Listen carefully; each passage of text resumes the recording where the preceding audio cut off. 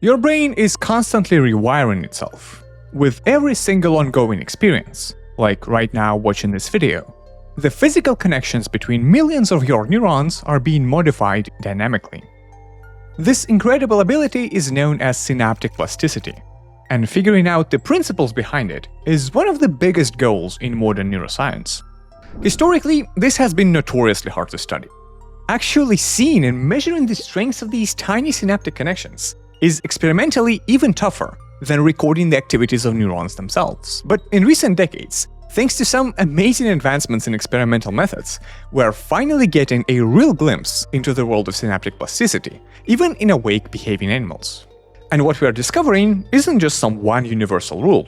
Instead, it appears that neurons have a whole toolkit of different mechanisms they use in different situations. As the study published last month in the journal Science revealed, and this is the paper I would like to explore today, it appears that the very same neuron actually uses different plasticity rules for its different synapses.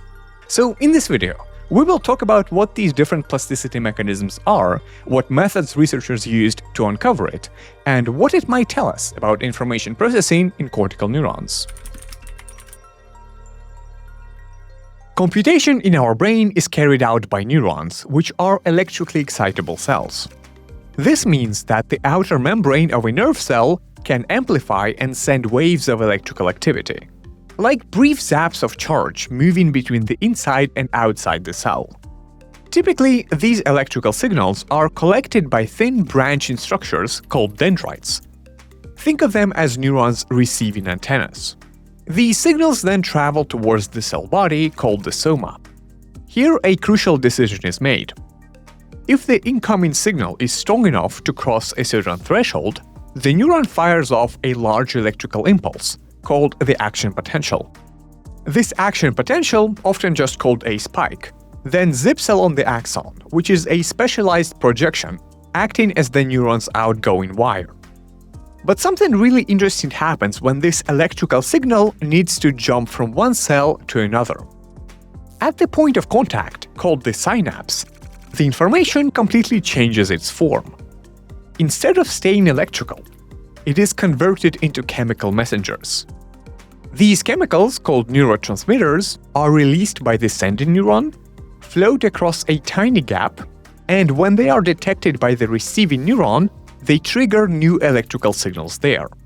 This electrical to chemical to electrical conversion isn't just some weird biological quirk. It is a super sophisticated mechanism that allows for the incredible flexibility and control which make learning possible.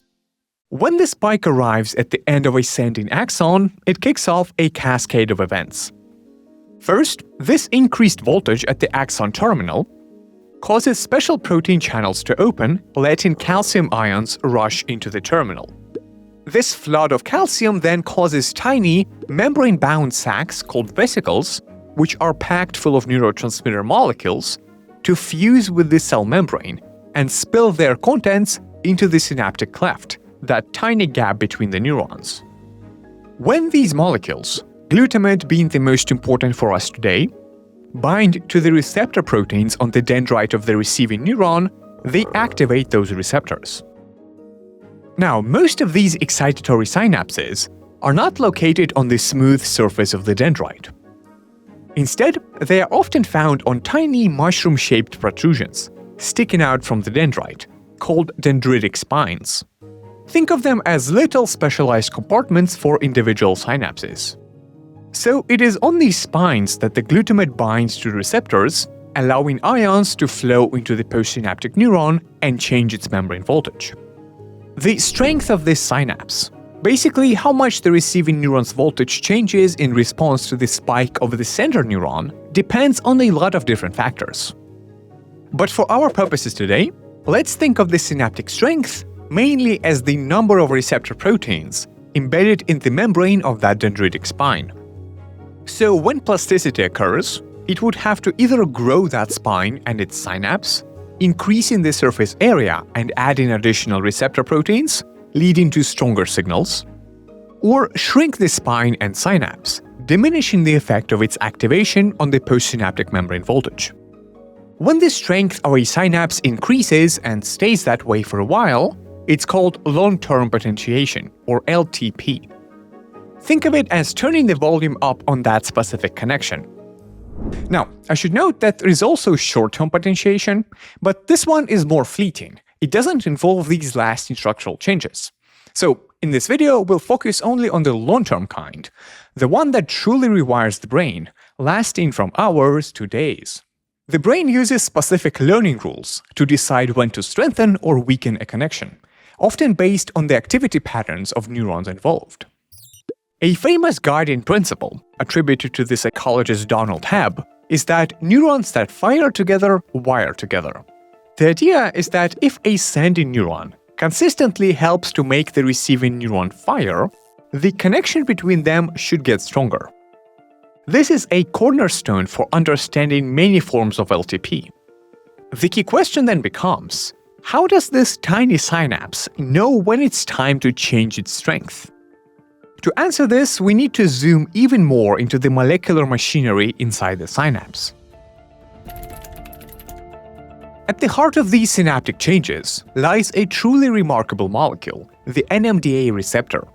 This receptor can be thought of as a tiny sophisticated coincidence detector, sitting right there at the synapse. Here is the general idea of how it works. When the presynaptic neuron spikes, it releases glutamate, which binds to a couple of main types of receptors on the receiving neuron's dendrite. First, we have what's called AMPA receptors. These are like everyday workhorses of signal transmission.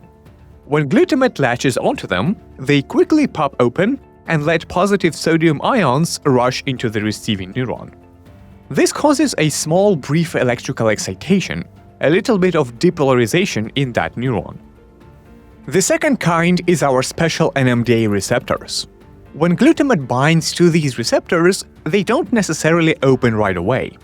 This is because at the neuron's resting state, the channel of the NMDA receptor is physically blocked by a magnesium ion. Imagine it like a cork stuck in the neck of a bottle. Even if glutamate is present and the channel is open, other ions can't flow through it because the magnesium is blocking the entry. Now, you might be thinking, what is the point of these NMDA receptors if they are usually blocked anyway? Well, here's where the magic happens. It turns out that if the membrane of the receiving neuron becomes depolarized enough, meaning it gets sufficiently positively charged, right where NMDA receptor is located, this positive charge can actually push the magnesium out of the channel.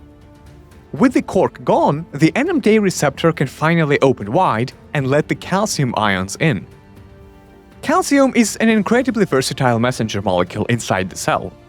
When it floods through an open NMDA receptor, it initiates the whole cascade of different molecular events.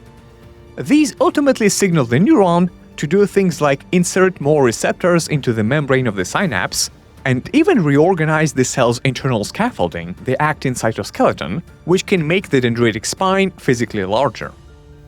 So, when a significant amount of calcium enters through these NMDA receptors, it is essentially the neuron getting the message.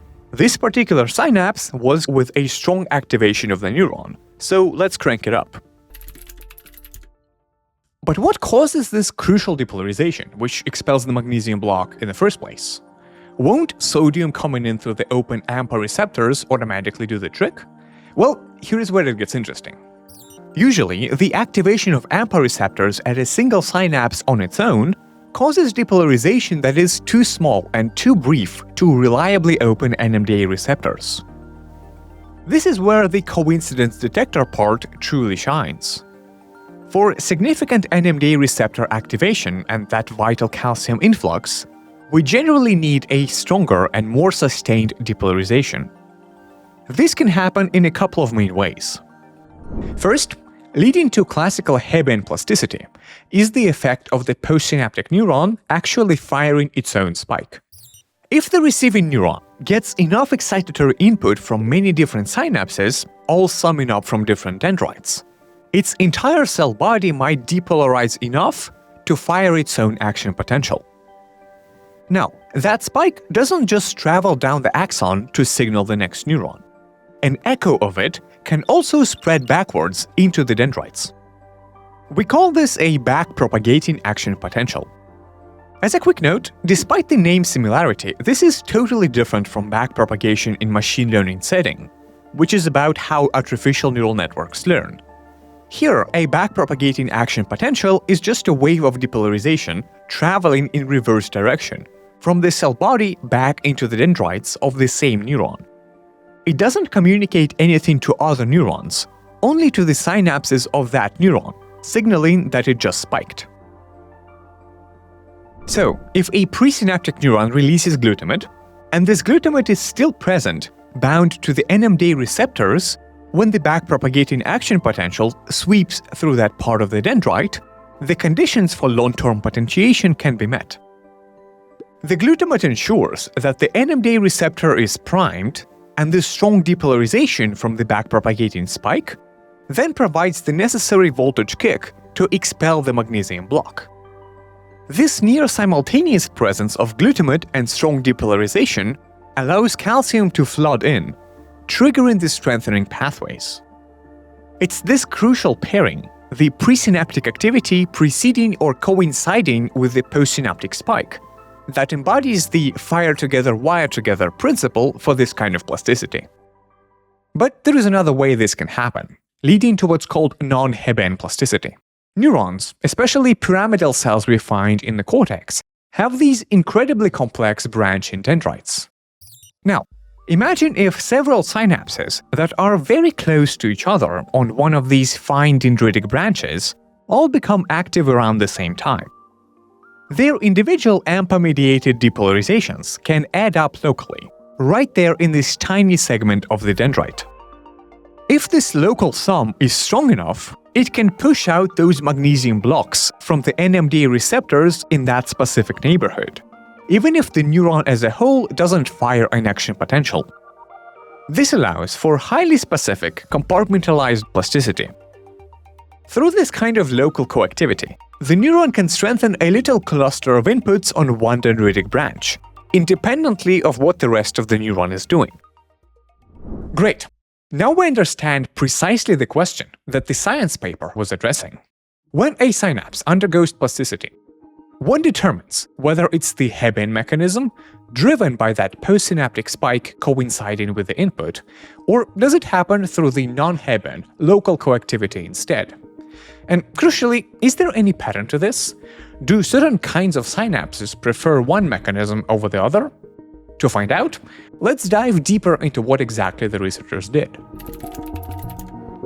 They focused their attention on pyramidal cells in the motor cortex of mice. These are the key neurons involved when we learn new movements. Pyramidal neurons have a very characteristic shape, with a main thick trunk-like dendrite called the apical dendrite. This apical dendrite reaches up towards the surface of the cortex, and then branches out extensively, like a crown of a tree. Closer to the cell body, there is also a bushier set of basal dendrites that spread out more horizontally. These different dendritic compartments, apical versus basal, don't just look different. They also receive inputs from different sources and have distinct electrical properties. The authors hypothesized that these distinct dendritic compartments might actually employ different plasticity rules. Specifically, they suspected that the plasticity in the basal dendrites, which are electrically closer to the cell body where action potentials are usually generated, might be more reliant on the classical Hebbian mechanism, the coincidence of synaptic input and the neuron's own backpropagating action potentials. But for apical dendrites, especially those fine distant branches, they thought a different, non-Hebbian rule might apply. Perhaps because these regions are so far away from the soma and more electrically isolated, plasticity there is driven more by local coactivity between nearby synapses on the same dendritic branch, independently of the cell body. While previous work in brain slices demonstrated these kind of compartment-specific rules, it was still a big open question whether those processes actually happen this way in the brain of an alive animal that is actively learning something new. And this is exactly what they set out to test.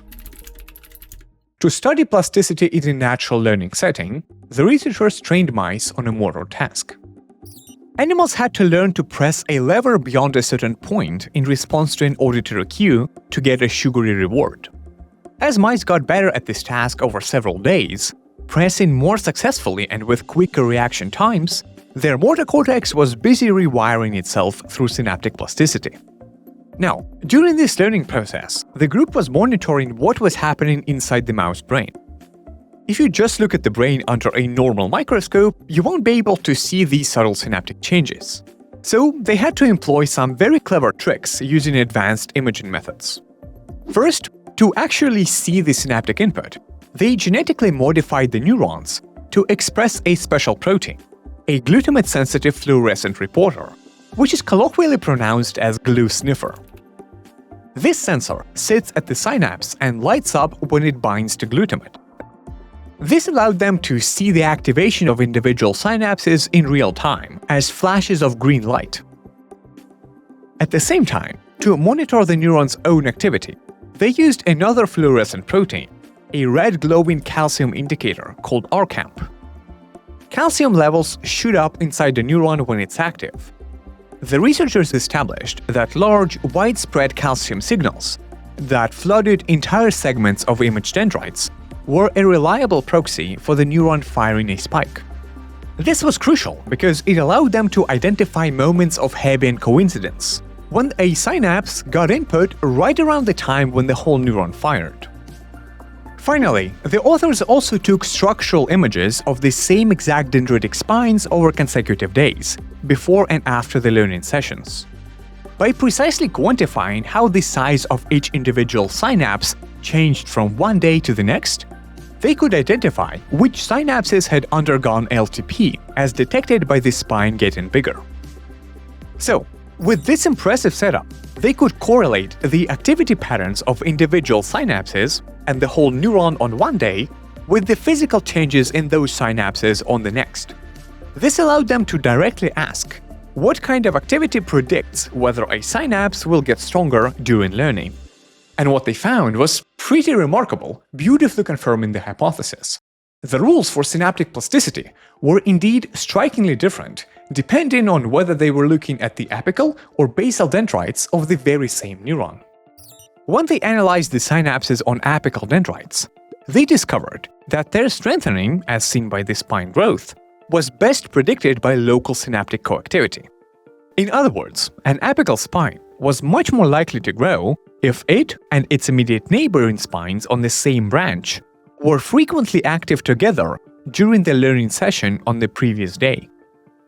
Interestingly, whether or not the whole neuron fired an action potential at the same time did not seem to be the primary driver for plasticity. It was all about that local neighborhood coactivity. To really nail this down, the authors performed a crucial experiment. They used a genetic tool to specifically block the neuron from firing action potentials.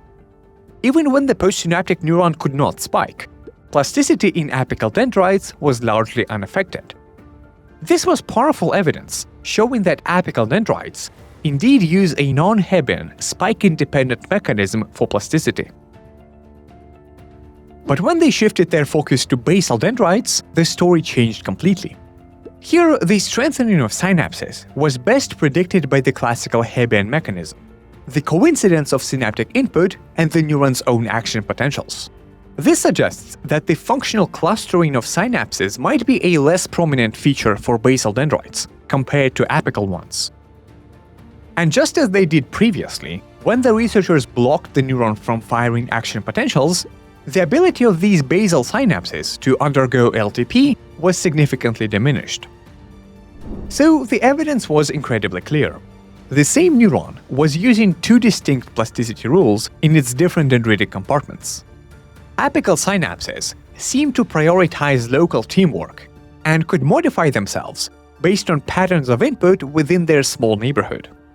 Basal synapses, on the other hand, were more tuned to whether their activity contributed to the overall output of the neuron. But why might such functional diversity within a single neuron be important? Isn't it just a consequence of the way neurons are shaped and their electrical properties? For example, that the distal apical branches are electrically isolated, and so the backpropagating action potentials just don't effectively invade them. Well, that's certainly a part of the picture. However, the difference between apical and basal dendrites goes beyond basic biophysics. These compartments are wired up to receive different kinds of information. For example, apical dendrites are known to receive so-called feedback connections. Those are signals sent from higher-order cortical areas back to the lower-level processing regions, often carrying contextual information. Or if you've watched my previous video on predictive coding, they might carry the brain's predictions about upcoming sensory input. In contrast, basal dendrites typically receive feed-forward inputs. This is information flowing in the other direction along the processing hierarchy, carrying the results of earlier computations. In the context of predictive coding, basal dendrites are prime locations for receiving prediction errors, mismatch between what was predicted and what was actually observed. In fact, there is a whole very fascinating line of research, which we might explore in future videos, suggesting that the very anatomy of the pyramidal neuron with two distinct input zones might be the way of the brain physically implementing the computation for comparing predictions and reality. At this stage, however, we don't have a definitive answer for why learning rules need to be different in these compartments. Perhaps the non-Hebbian local coactivity at the apical branches is particularly useful for binding together different patterns of contextual input, allowing the neuron to learn complex associations. Meanwhile, the Hebbian mechanisms at basal dendrites might be crucial for strengthening the pathways that reliably drive the neuron to fire, effectively wiring different cells into specialized computational circuits. But one thing is crystal clear from studies like this. We keep uncovering evidence that biological neurons are vastly more complex and sophisticated information processing devices than we previously thought. Such insights are still largely waiting to make their way into the field of artificial intelligence. But perhaps this kind of clever compartmentalized learning, using different rules for different components, will turn out to be one of the keys to understanding the brain's incredible computational capabilities and efficiency. In the meantime, if you're interested in exploring deeper how computation can be carried out by single neurons, check out our today's sponsor, Brilliant.org. Brilliant is one of the best places to master STEM topics online. They offer a wide range of engaging courses, combining interactive visualizations with hands-on problem-solving. This approach allows you to learn by doing and develop intuitive understanding in bite-sized lessons. Especially relevant to today's topics is their new course on digital circuits, which covers the fundamentals of computation, from logic gates, which are ubiquitous in neuroscience and engineering, to truth tables and equivalent circuits. Brilliant also offers a huge collection of other courses in math, programming, and related fields.